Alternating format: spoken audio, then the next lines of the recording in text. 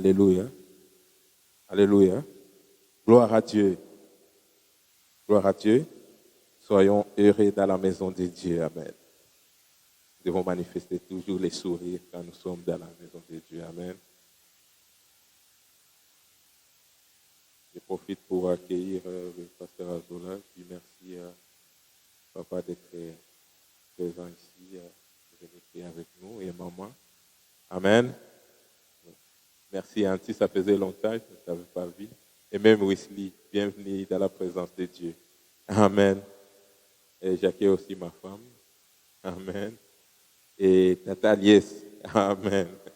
Gloire à Dieu. Le dimanche passé, j'avais enseigné sur un thème très intéressant. Le thème était intitulé Comprendre et saisir les opportunités divines. Amen. Aujourd'hui, j'ai un autre thème. Aujourd'hui, j'ai aussi encore un autre thème que Dieu m'a inspiré, qui est aussi très intéressant, que nous allons partager ensemble. Le thème de mon enseignement cet après-midi est intitulé « La gestion du salut ». Amen. Le dimanche passé, nous avons vu quelles sont les opportunités que Dieu met autour de nous et comment est-ce que nous devons comprendre que ce sont les opportunités que Dieu met autour de nous, mais aussi comment les saisir, parce qu'il ne suffit pas seulement de comprendre une opportunité ou alors d'identifier une opportunité dans la vie, mais c'est plus important de saisir cette opportunité quand on l'a déjà identifiée. Et dans l'enseignement du dimanche passé, j'avais dit que la première opportunité que nous devons saisir, c'est s'attacher à Dieu. Donc le fait d'être vivant et le fait que nous sommes vivants, nous devons nous attacher à Dieu. Amen. Et je parlais aussi le fait que nous vivons dans la dispensation de la grâce. Donc le fait de donner sa vie à Jésus, c'est une opportunité. Quand on est encore vivant sur la terre et nous sommes dans la dispensation de la grâce, Jésus est mort sur la croix. Donc le fait que nous sommes vivants, nous avons l'opportunité de donner nos vies à Jésus. Amen. Parce que les morts ne peuvent plus donner leur vie à Jésus. Mais nous, étant vivants, nous avons cette opportunité. Donc de nos vivants, c'est une opportunité que nous devons saisir. Parce que c'est une opportunité qui est limitée dans le temps. Parce qu'après la mort, cette opportunité n'est plus disponible. Pour les gens qui sont morts, les gens qui sont enterrés maintenant, ils n'ont plus l'opportunité de donner leur vie à Jésus. Mais le fait d'être vivant, nous avons cette opportunité de donner la vie à Jésus et de marcher avec Christ. Amen. Maintenant, aujourd'hui, il est important de comprendre comment gérer son salut. Pourquoi la gestion du salut? Gloire à Jésus. Il y a beaucoup de débats religieux, quand on regarde même sur Internet, où je voyais dans un groupe chrétien, sur Internet, les gens débattaient sur le salut. Et il y a beaucoup de personnes jusqu'à aujourd'hui qui pensent que le salut, une fois que tu donnes ta vie à Jésus-Christ, tu ne peux plus perdre ton salut. Ou alors, une fois que tu donnes ta vie à Jésus, c'est déjà une garantie de ta vie éternelle. Et beaucoup de personnes, il y a même des personnes qui ont eu de mes attentes parce que j'appartiens à ce groupe chrétien en ligne. Et puis, il y a beaucoup de gens, vraiment, j'ai compris qu'il y a beaucoup de personnes qui croient qu'une fois donné sa vie à Jésus-Christ, on n'a plus besoin de manifester les œuvres. Les gens condamnent en disant que Jésus est mort pour nous et puis et il nous a donné la grâce, on n'a plus besoin des œuvres. Une fois on a donné sa vie à Jésus, Jésus a tout fait, il a tout accompli. Donc, ce que nous attendons, c'est le ciel. Vous savez, ça c'est une vérité à moitié. Alléluia. Mais il y a d'autres recommandations que Jésus lui-même qui est venu sur la terre, qui a accepté d'être crucifié. Il y a d'autres recommandations importantes que Jésus nous a données pour marcher avec lui. Alléluia. Donc, Jésus avait dit à la croix que tout est accompli. Mais il y a une responsabilité que Jésus nous a léguée. Il nous a donné la grâce. Il a été crucifié, oui. Et par lui, nous avons le salut. Parce que la première chose, c'est de donner d'abord la vie à Jésus-Christ. Ça, c'est le fondement du christianisme. C'est le fondement de la marche avec Dieu. Donner d'abord sa vie à Jésus-Christ. Donc, le salut par le Christ, par Jésus-Christ, c'est le fondement. On ne peut pas dire qu'on connaît Dieu ou alors on ne peut pas dire qu'on est enfant de Dieu sans passer par Jésus-Christ. Car clairement, il avait dit lui-même Il est le chemin, la vérité et la vie. Et il dit, nul ne vient au Père que par moi. Donc, pour accéder à Dieu, il faut passer par Jésus-Christ. Si tu dis que tu as accès à Dieu et que tu n'as pas passé par la porte qui est Jésus-Christ, ce n'est pas le Dieu d'Israël que tu as rencontré. Alléluia. Donc, la première chose, c'est de passer par Jésus-Christ. Et le salut est très précieux. Le salut est très précieux. Et il est important de bien chérir le salut que Jésus nous a donné et de conserver le salut qu'il nous a donné, de garder le salut. Alléluia. La Bible dit que nous avons été rachetés par un grand prix.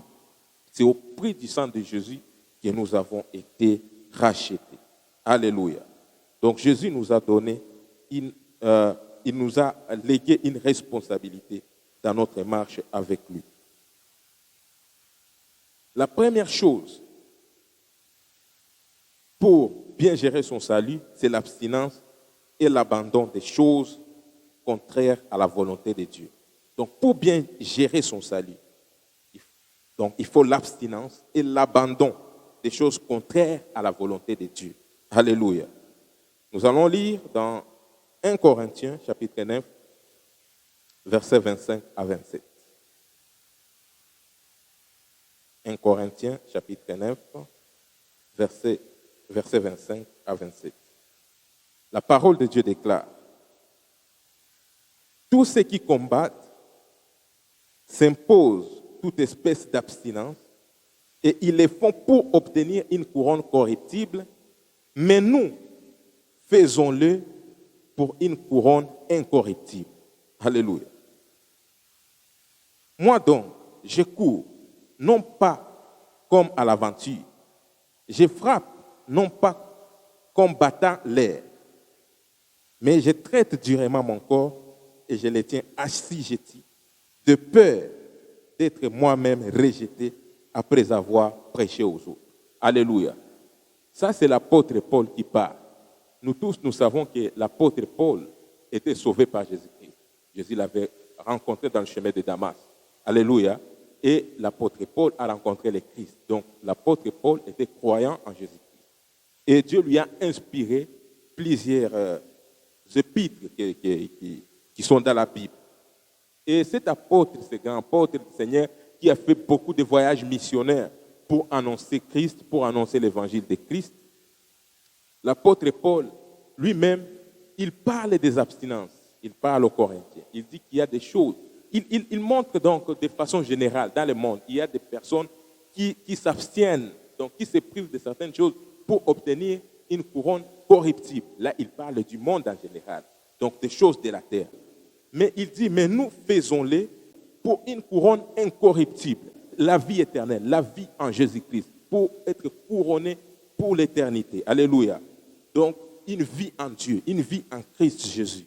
C'est donc la couronne incorruptible. Donc, le fait d'avoir marché avec Christ, d'avoir conservé sa foi et d'avoir la vie éternelle. L'apôtre Paul nous recommande de nous abstenir sur certaines choses pour cette couronne qui est incorruptible. Alléluia. Donc, nous comprenons que dans notre marche avec Dieu, nous avons une responsabilité. Et la responsabilité que nous avons, c'est de nous abstenir à certaines choses. De nous abstenir aux choses qui sont contraires à la volonté de Dieu. À la volonté de Dieu. Dieu a ses recommandations. Nous sommes sur la terre. La vie sur la terre, et même dans le pays, la vie dans le pays, dans différents pays, la vie est régie par la loi. Alléluia. Il y a des justices dans chaque pays a sa constitution, chaque pays a ses lois. Mais la marche avec Dieu, Dieu aussi a ses ordonnances, Dieu aussi a sa volonté. La marche avec Dieu, on n'entre pas dans le royaume, oui, on a donné sa vie par Jésus-Christ, mais on n'entre pas dans le royaume et puis on dit qu'on va vivre comme on veut. Amen. Dieu aussi, dans son royaume, il a ses règlements, il a ses ordonnances, il a sa volonté, il a des choses qu'il a préétablies que nous devons suivre. Dieu veut les choses comme lui-même il les a établies. Dieu veut que les choses puissent fonctionner comme lui-même il les a établies. Amen. Sinon, ça sera l'anarchie. Et Dieu est un Dieu d'ordre, c'est un Dieu ordonné. Ce n'est pas dans ce royaume où il y aura le désordre, où chacun va venir vivre comme il veut. Sur la terre, nous tous, nous faisons tout pour respecter la loi qui est mise en place. Nous faisons tout pour être en ordre avec la loi, pour être en ordre avec la justice. Dans nos pays où nous vivons, nous faisons tout pour être en ordre. Dans les royaumes de Dieu aussi, il y a des lois, il y a des règles, il y a des ordonnances de Dieu que nous devons observer. Il y a des recommandations de Dieu. Il y a sa volonté préétablie que nous devons observer. Et l'apôtre Paul nous invite à cela. Il dit, je cours, non comme frappant à l'air. C'est ce qu'il dit. Donc, il dit que, oui, il sert Dieu, il marche dans la foi, mais que cette vie-là ne soit pas une vie vaine, mais il court. Alléluia. Il court pour remporter aussi cette couronne qu'il a annoncée, qui est la couronne incorruptible, la vie éternelle. Alléluia. Il dit, je traite durement mon corps et je le tiens assujetti, de peur d'être moi-même rejeté après avoir prêché aux autres. Ça, c'est très profond. Alléluia.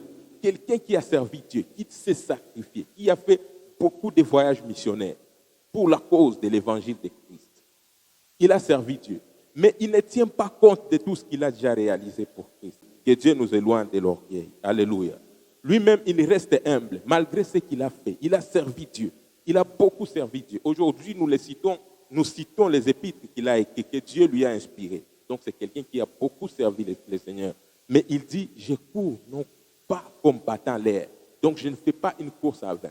Et puis, il dit, de peur, j'étais directement mon corps, et je le tiens assujetti, de peur d'être moi-même rejeté, après avoir prêché aux autres. Quelle humilité. Alléluia.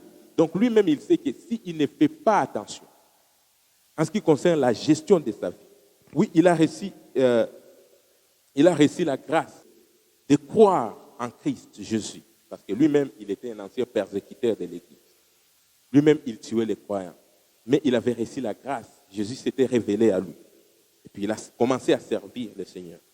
Mais malgré ça, malgré les voyages, malgré que Dieu l'utilise, il dit, il tient son corps assujetti de peur de ne pas être rejeté après avoir prêché aux autres. Donc, lui-même, il croit que s'il ne mène pas sa vie correctement, s'il ne ne suit pas les principes de Dieu, il peut risquer d'être rejeté, malgré qu'il a prêché de multitudes, malgré qu'il s'est sacrifié pour l'évangile. Mais lui-même, il dit, de peur d'être rejeté après avoir prêché aux autres. Alléluia.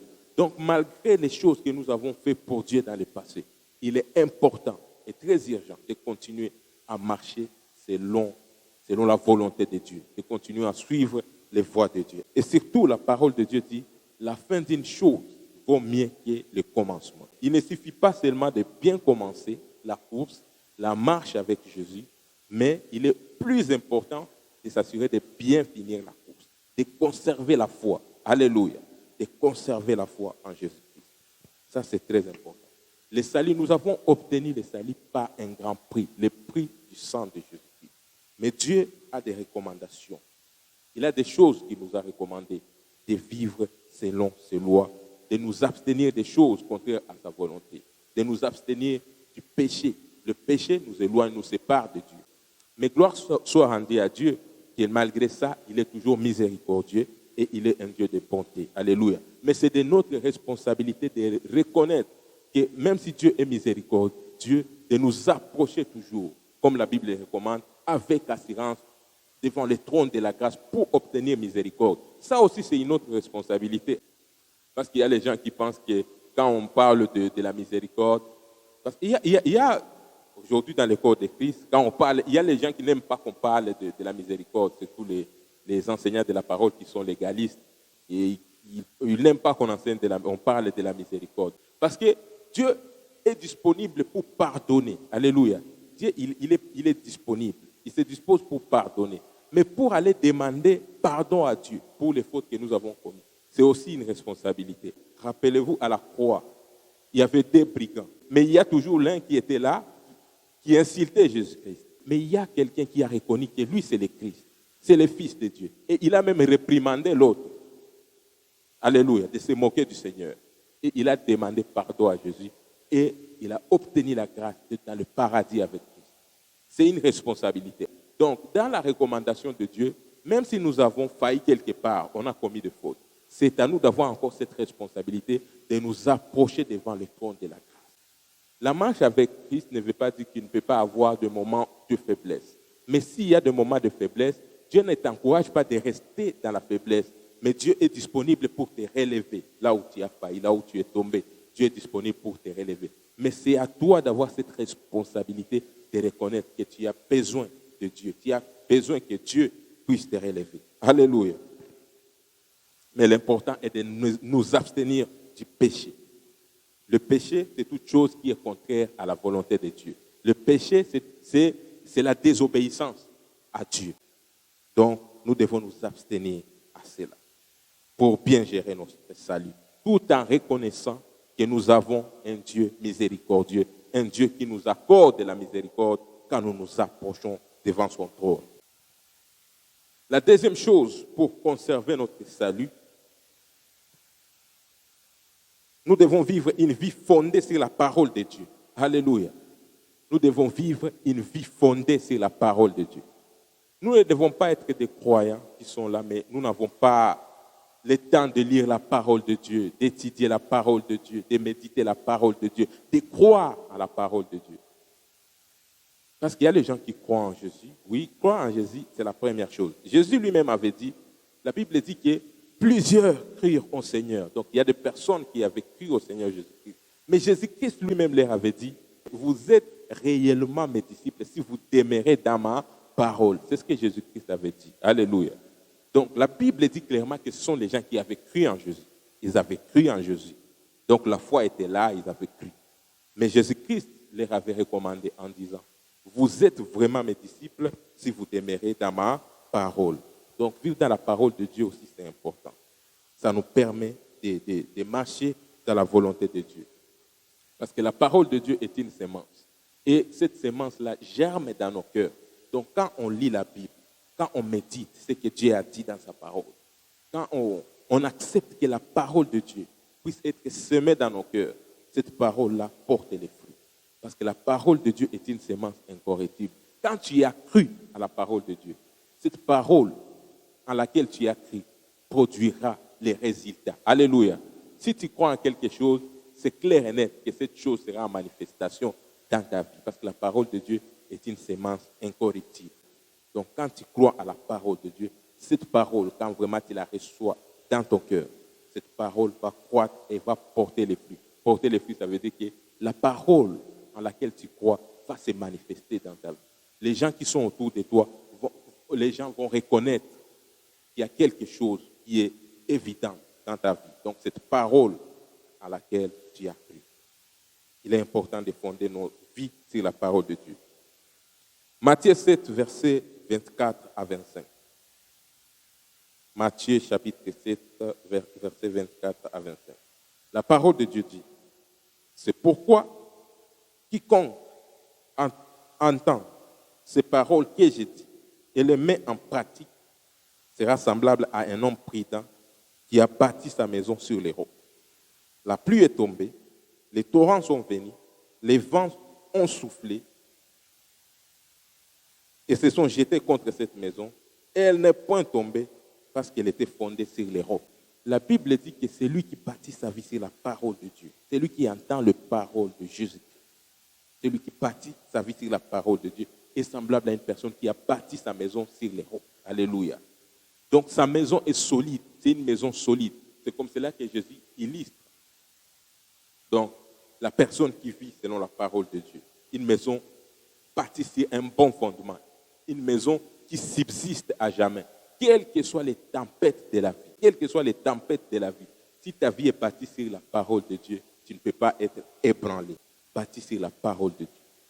Je parlais avec une personne récemment, je disais, dans ce monde où il y a beaucoup de problèmes, il y a beaucoup de problèmes qui affectent même notre psychologie, il y a des problèmes qui affectent même notre santé mentale, notre état d'être en général.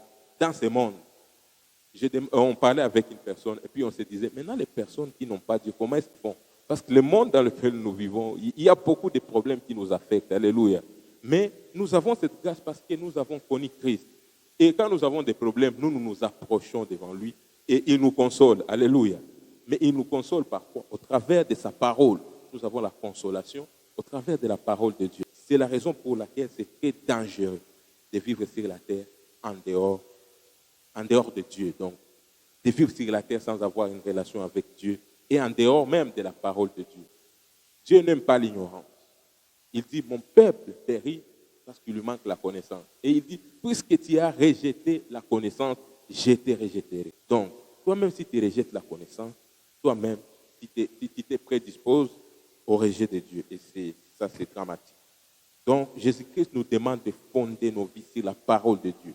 Donc, quand nous fondons nos vies sur la parole de Dieu, c'est comme si nous sommes en train de bâtir nos vies sur les rocs. Et nos vies subsistent à jamais. Bâtir sur la parole de Dieu. La parole de Dieu est disponible. Il y a 2 Bibles qui sont là. La Bible renferme la parole de Dieu. Donc, prends le temps de méditation. Médite la parole de Dieu. Nourris ton cœur de la parole de Dieu. Ton cœur a besoin d'être nourri. Donc, tu as la responsabilité de nourrir ton cœur de la parole de Dieu. Ne pas avoir l'anémie spirituelle, mais que ton cœur soit nourri. Parce que quand ton cœur est nourri de la parole de Dieu, ta vie produira les fruits de la gloire, les fruits de donc la volonté de Dieu sera tangible dans ta vie. Dans la parole de Dieu, il y a l'assurance de la guérison. Dans la parole de Dieu, il y a l'assurance de la vie en abondance. Dans la parole de Dieu, il y a l'assurance de la protection. Alléluia. Toutes ces choses-là, nous les avons dans la parole de Dieu. Dans la parole de Dieu, il y a l'assurance de la paix. Dans la parole de Dieu, il y a l'assurance de la vie éternelle. Et nous devons nous attacher à la parole de Dieu. C'est bien elle qui nous donne la vie. Nous ne devons pas seulement nous accrocher aux informations médiatisées, bien que c'est bon d'être informé, aux informations politiques. C'est bon d'être informé. L'information, c'est bon. Moi-même, j'ai fait la communication. Mais au-delà de cela, il faut s'assurer que les informations qui guident ta vie, que ce soit la parole de Dieu en premier. Alléluia. Que ta vie soit bâtie sur la parole de Dieu. Et c'est comme cela que tu vas gérer ton salut. C'est comme cela que ton salut, tu vas vivre, tu vas conserver ton salut. Le 3e point et le dernier point, pour bien gérer son salut, c'est de s'appuyer sur l'Esprit de Dieu. Alléluia.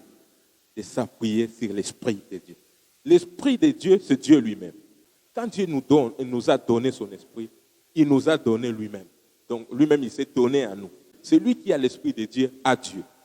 Et l'Esprit de Dieu est venu pour nous guider, pour conduire nos vies, pour nous éviter de marcher dans les ténèbres, mais pour nous guider dans la lumière.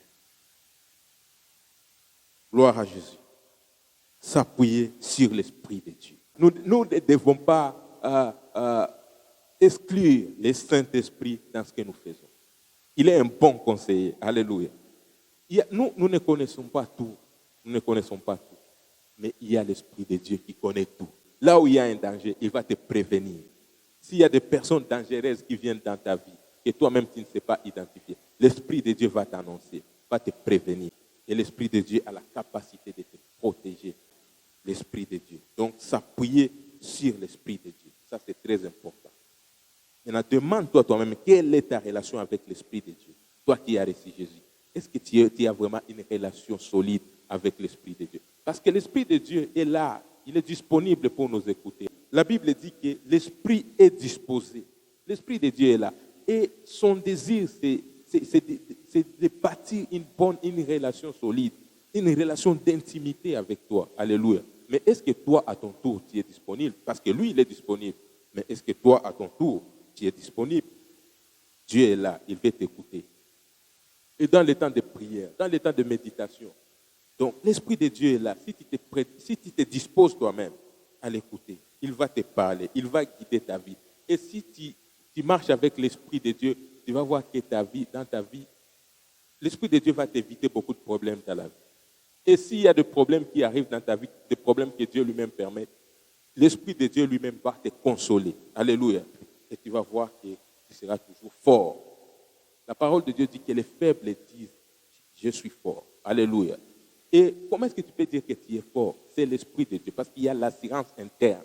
L'Esprit de Dieu te donne une assurance interne, te donne une conviction que personne ne peut changer. Tu vas voir que tu vas vivre une vie de paix. Là où les autres ont peur, toi tu auras de l'assurance à cause de l'Esprit de Dieu. Lisons dans Zacharie chapitre 4, verset 6. Zacharie chapitre 4, verset 6. C'est très important de s'appuyer sur l'Esprit de Dieu. Zacharie chapitre 4, verset 6. La parole de Dieu déclare: alors il reprit et me dit, là c'est l'ange qui était en train de parler.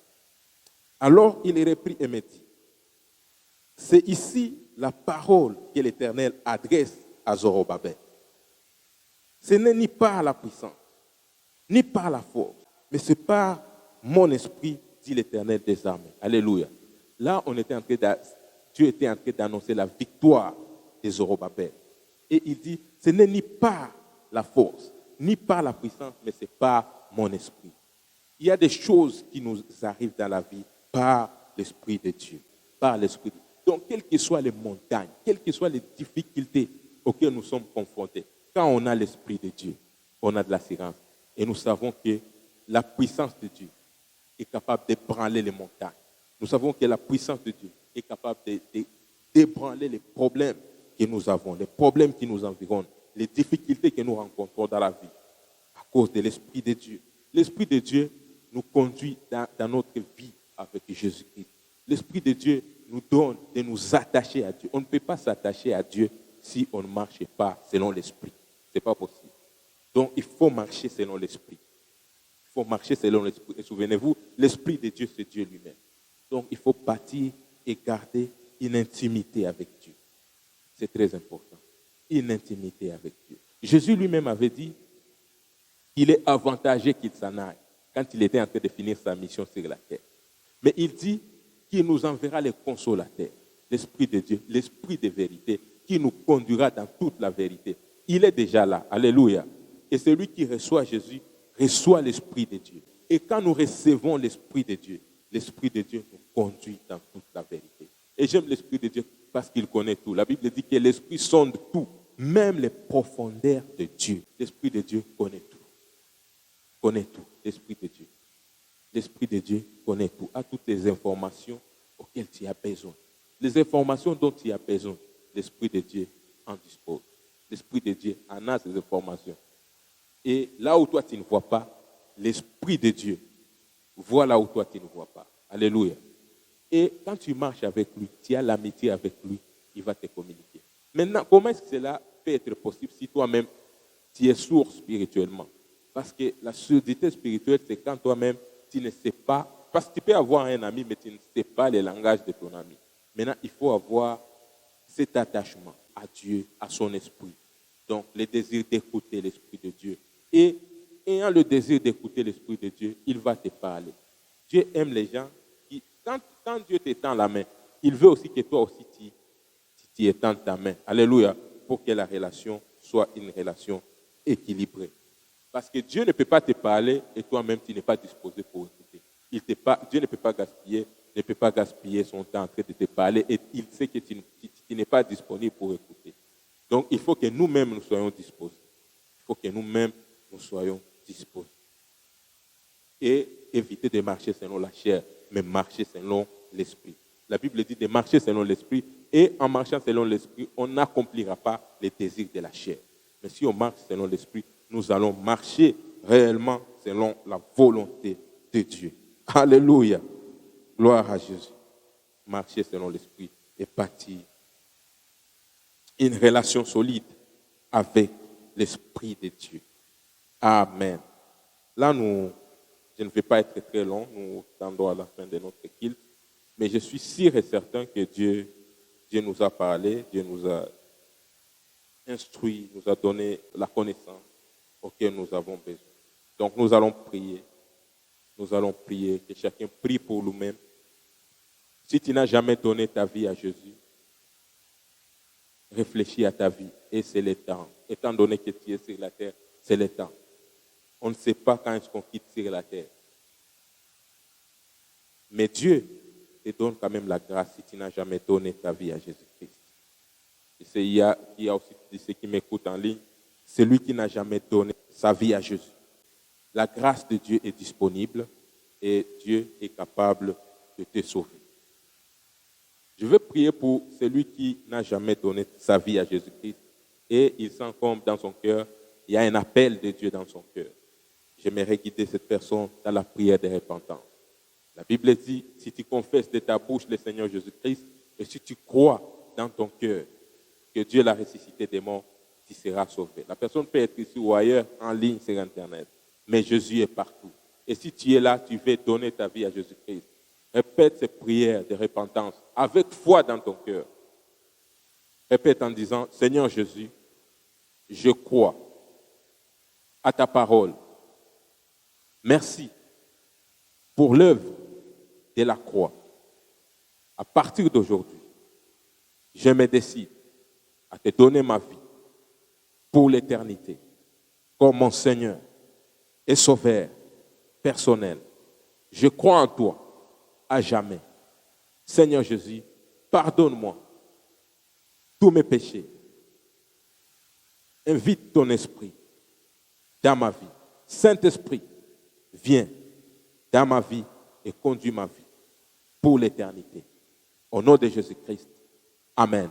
Si tu as pris cette décision, tu as pris une bonne décision que tu ne regretteras jamais. Alléluia. C'est la meilleure des décisions qu'un être humain peut prendre dans sa vie. Alléluia. Alors nous allons prier pour nous-mêmes.